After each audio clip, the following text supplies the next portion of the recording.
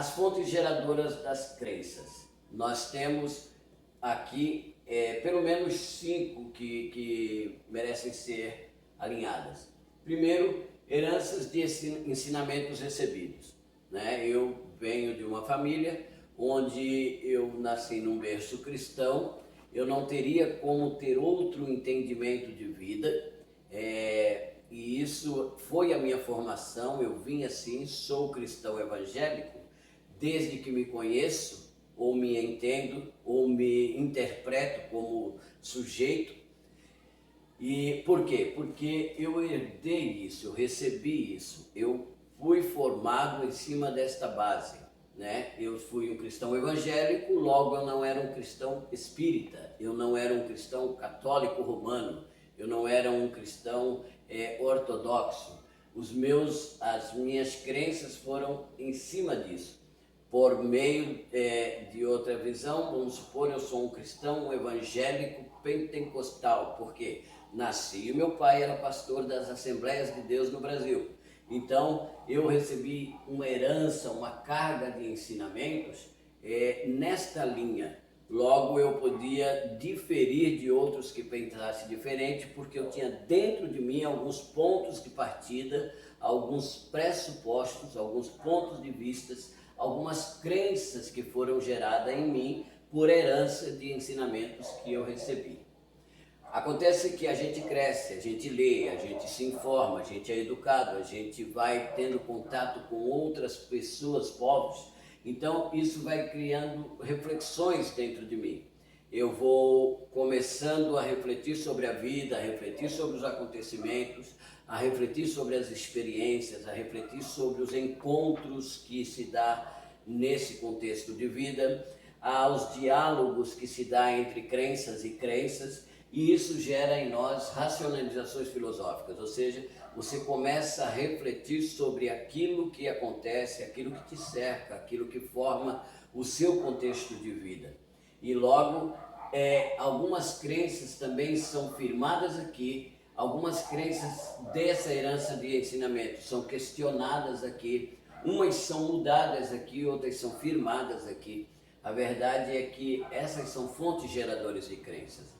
Algumas considerações pragmáticas, ou seja, aquilo que dá certo, aquilo que acontece, aquilo que na prática funciona. Então, a gente começa a crer porque algumas coisas que funcionam na prática, a gente começa a ter aquilo como base, porque dá certo, logo a gente entende, é certo. Mas nós lá na frente vamos ver que a partir de um ponto de vista ético, que pode ser questionável por fontes de autoridades, nem tudo que dá certo é certo.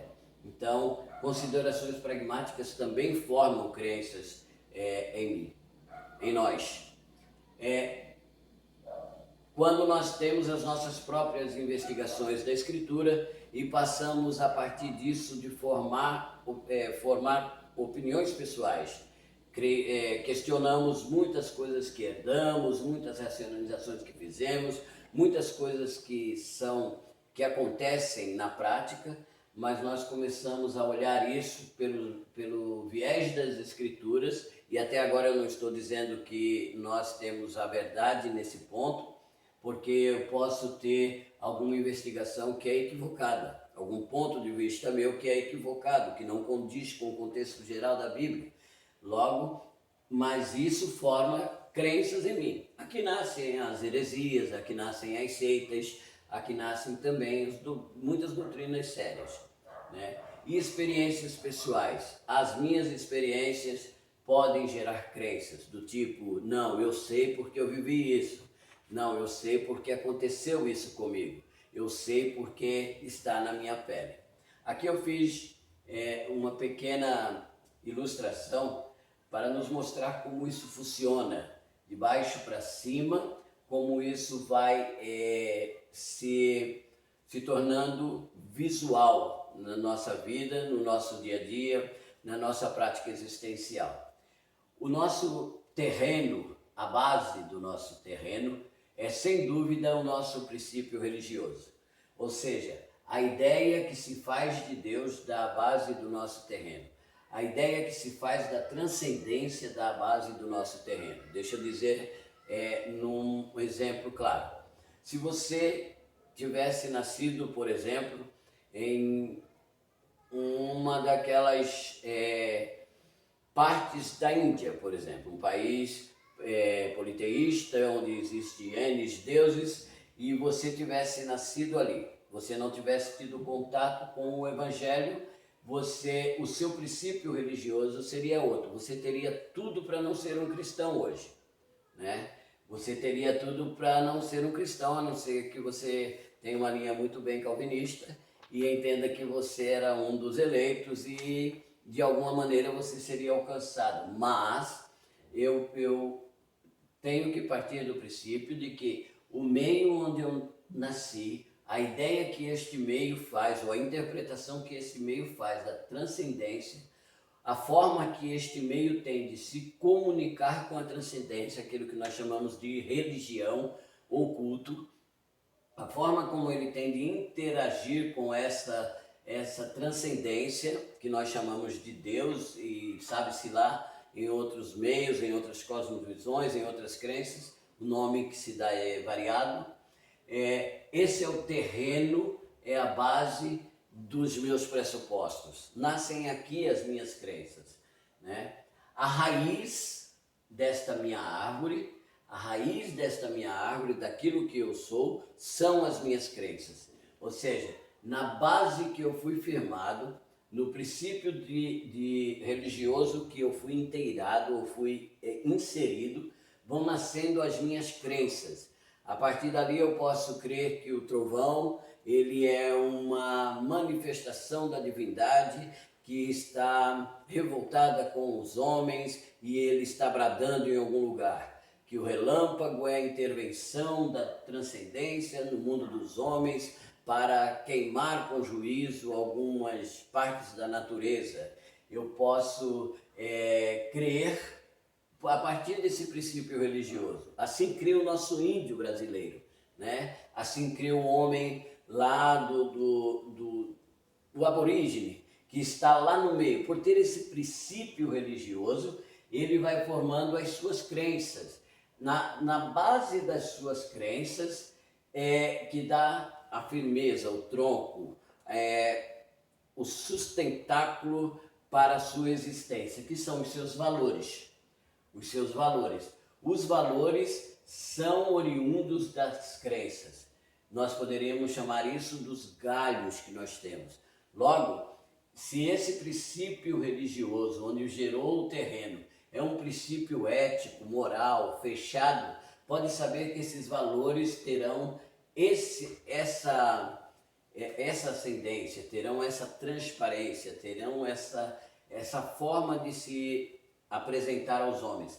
Se esse princípio religioso é de frouxidão moral, ele é de abertura moral, ele é licencioso, como nós vemos em algumas religiões antigas, onde haviam a libertinagem aberta nos cultos, os cultos de crescimento, os cultos onde se adoravam os deuses da natureza que faziam a terra produzir. Esses cultos ligavam muito à fertilidade da terra, ao prazer carnal. Logo, se esse é o princípio religioso, essas crenças foram formadas e os valores serão na base desse princípio religioso moral.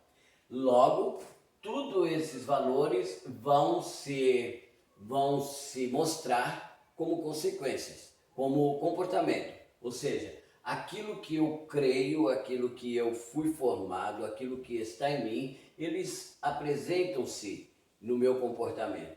Integridade é exatamente quando isso que eu creio está de acordo com isso aqui. Vamos supor, ainda que esse comportamento seja totalmente reprovado por uma determinada cultura, por uma determinada sociedade, mas quando o homem se comporta de acordo com aquilo que ele crê, esse homem é íntegro, ainda que seja um comportamento negativo. Agora, quando este homem se comporta do contrário daquilo que ele crê, esse homem não é íntegro. Suponhamos assim, esse é uma crença licenciosa e esse homem se comporta de maneira licenciosa, aberta, totalmente vulgar. Este homem é íntegro, porque ele se comporta da forma com aquilo que ele crê.